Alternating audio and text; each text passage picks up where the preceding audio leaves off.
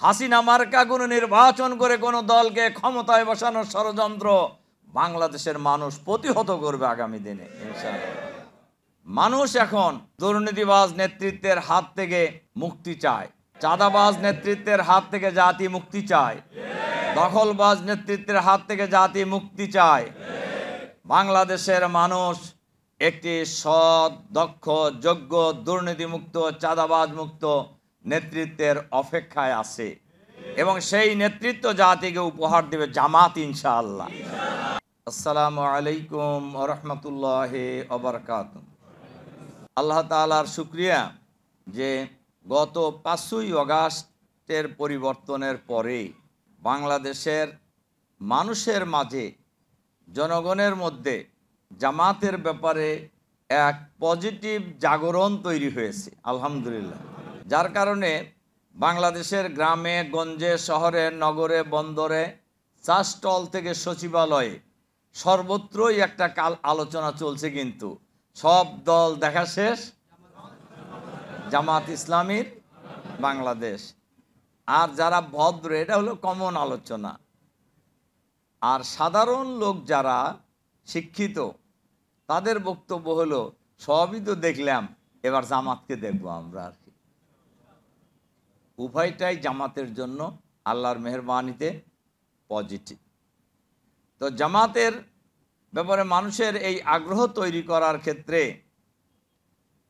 জামাতের ঐতিহাসিক ত্যাগ এবং কোরবানি রয়েছে জামাতের নেতা কর্মীদের। গত প্রায় 16 বছর ফ্যাসিবাদের জুলুম নির্যাতনের সবচেয়ে বেশি শিকার হয়েছে জামাত শিবির। সুতরাং জামাত শিবির হলো বাংলাদেশের, এই দেশের সবচেয়ে বড় মাজলুম দল। মাজলুমের প্রতি মানুষের সহানুভূতি বেশি থাকে, এটা এবার আবার প্রমাণিত হয়েছে। সম্মানিত ভাই এবং বন্ধুগণ, মানুষ এখন দুর্নীতিবাজ নেতৃত্বের হাত থেকে মুক্তি চায়, চাঁদাবাজ নেতৃত্বের হাত থেকে জাতি মুক্তি চায়, দখলবাজ নেতৃত্বের হাত থেকে জাতি মুক্তি চায়। বাংলাদেশের মানুষ একটি সৎ, দক্ষ, যোগ্য, দুর্নীতিমুক্ত, চাঁদাবাজ মুক্ত নেতৃত্বের অপেক্ষায় আছে এবং সেই নেতৃত্ব জাতিকে উপহার দেবে জামাত ইনশাআল্লাহ। এইটা মানুষের মধ্যে এই আস্থা তৈরি হয়েছে। 5ই আগস্টের পরেই কয়েকটি কথা পরিষ্কারভাবে আমরা বলে আসছি। নাম্বার 1, জুলাই বিপ্লব সহ এই 16 বছরের ফ্যাসিবাদী আমলে যত গণহত্যা চালানো হয়েছে, এই সকল গণহত্যার বিচার করতে হবে। 2, ফ্যাসিবাদের দোসর সরকারের ভিতরে বাইরে যত আছে, আবার ফ্যাসিবাদের দোসরেরা সরকারের সাথেও আছে, আবার আরেকটি রাজনৈতিক দলের ঘাড়ে সোয়ার হয়ে ফ্যাসিবাদী শাসনকে আবার পুনর্জীবিত করার ষড়যন্ত্রে লিপ্ত রয়েছে। আমরা আহ্বান জানাবো অন্তর্বর্তীকালীন সরকারের কাছে, ফ্যাসিবাদের দোসর সরকারের ভিতরে বাইরে যেখানেই থাকুন না কেন, তাদেরকে গ্রেপ্তার করতে হবে, বিচারের আওতায় আনতে হবে। আর বাংলাদেশের মানুষের প্রাণের দাবি দীর্ঘদিন, অনেকে 3টি নির্বাচনের কথা বলে, আমি বলি না, 4টা নির্বাচন। 8 সালে নির্বাচনও হয়েছিল বাংলাদেশে। মঈনুদ্দিন, ফখরুদ্দিন আর ভারতীয় গোয়েন্দা সংস্থার র এবং আওয়ামী লীগের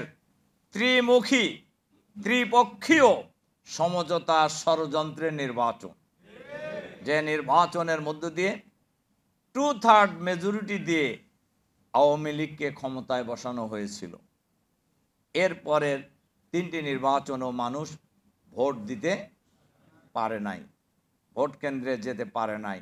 সুতরাং এবার বাংলাদেশের মানুষের, সকল মানুষের প্রাণের দাবি একটি ফ্রি, ফেয়ার, ক্রেডিবল ইলেকশনের জন্য যে ধরনের সংস্কার প্রয়োজন, সকল সংস্কার সম্পূর্ণ করে নির্বাচনের ব্যবস্থা গ্রহণ করা। ইতিমধ্যেই সরকার সেই নির্বাচনের একটা রোডম্যাপও ঘোষণা করেছে, স্পেসিফিক ডেট না বললেও। আমরা বলেছি যেন তেন প্রকারের কোনো নির্বাচন বাংলাদেশের মানুষ মেনে নেবে না। হাসিনা মার্কা কোনো নির্বাচন করে কোনো দলকে ক্ষমতায় বসানোর ষড়যন্ত্র বাংলাদেশের মানুষ প্রতিহত করবে আগামী দিনে ইনশাআল্লাহ। আমরা অন্তর্বর্তীকালীন সরকারের কাছে আহ্বান জানাবো, লেভেল প্লেইং ফিল্ড তৈরি করে জনগণ যাতে নিরাপদে নির্বিঘ্নে তাদের ভোটাধিকার প্রয়োগ করতে পারে সেই পরিবেশ নিশ্চিত করতে হবে। এটা সরকারের দায়িত্ব। আমরা অন্তর্বর্তীকালীন সরকারের প্রধান প্রফেসর ডক্টর মোহাম্মদ ইউনূস সহ যারাই সরকারে আছেন তাদেরকে আমরা বলবো, আপনারা ক্ষমতায় বসেন নাই, জনগণ আপনাদেরকে ক্ষমতায় বসিয়েছে। সুতরাং নিরপেক্ষ থাকতে হবে, নিরপেক্ষ ভূমিকা পালন করতে হবে। নিরপেক্ষতার ব্যত্যয় ঘটলে আল্লাহ বাংলাদেশের জনগণ কাউকেই ছাড়বে না। তার কারণ এই ভোটাধিকারের জন্য, এই গণতন্ত্রের জন্য বাংলাদেশের মানুষ ফ্যাসিবাদ মুক্ত করতে গিয়ে হাজার হাজার মানুষ জীবন দিয়েছেন, লক্ষ লক্ষ মানুষ রক্ত দিয়েছেন। সুতরাং কাউকে ক্ষমতায় বসানোর জন্য নয়, মানুষের অধিকার নিশ্চিত করার জন্য। আর আপনাদেরকে সেই দায়িত্ব দেওয়া হয়েছে। আমরা আশা করি, বিশ্বাস করি আপনারা সেই দায়িত্ব পালন করবেন। আওয়ামী লীগের বিদায়ের পর, পতনের পর বাংলাদেশে একটা দল নিজেদেরকে দেশের মালিক মনে করতেছিল। আমার কথা কি বুঝতে পারছেন? কিন্তু দিন যতই যাচ্ছে তারা তাদের মালিকানা হারানোর পথে। এখন আর তারা বুঝতেছে যে বিষয়টা অত সহজ নয়। আমাদের বক্তব্য খুবই পরিষ্কার, এই দেশ কারোর বাবার দেশ নয়, এই দেশ কোনো পরিবারের দেশ নয়, এই দেশ বাংলাদেশের 18 কোটি মানুষের দেশ। সুতরাং এই দেশ কিভাবে পরিচালিত হবে এই দেশের 18 কোটি মানুষ আগামী দিনে নির্ধারণ করবে ইনশাআল্লাহ। সুতরাং কারোর চক্ষু রাঙ্গানিকে পরোয়া করা যাবে না। আমরা ধৈর্য ধরব, আমরা ধৈর্য ধরব। ফাসবির কামা সবারা উলিল আজমি মিনার রাসূল, এমন ধৈর্য ধরব যেমন ধৈর্য ধরেছিলেন নবী রাসূলগণ, দৃঢ়চেতা নবী রাসূলরা। ইন্না ফি যালিকা মিন আজমিল উমুর, আর সকল পরিস্থিতিতে ধৈর্য ধারণ করা হলো সবচেয়ে সাহসিকতার কাজ। সব পরিস্থিতিতেই আমরা ভয় করব কাকে? এই পয়েন্টে কোনো দুর্বলতা দেখানো যাবে না।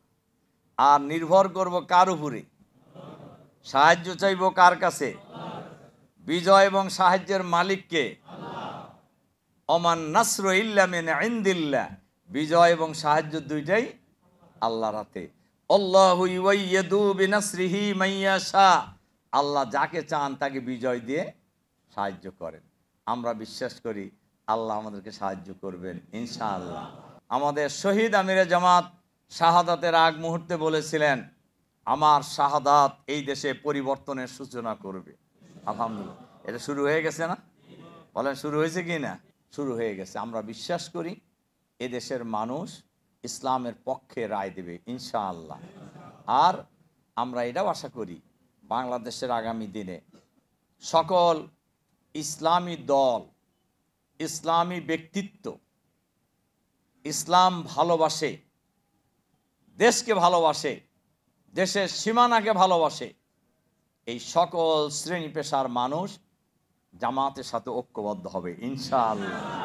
ইনশাআল্লাহ আল্লাহ তাআলা আমাদেরকে যার যার জায়গায় সঠিক ভূমিকা পালন করার তৌফিক দান করুন।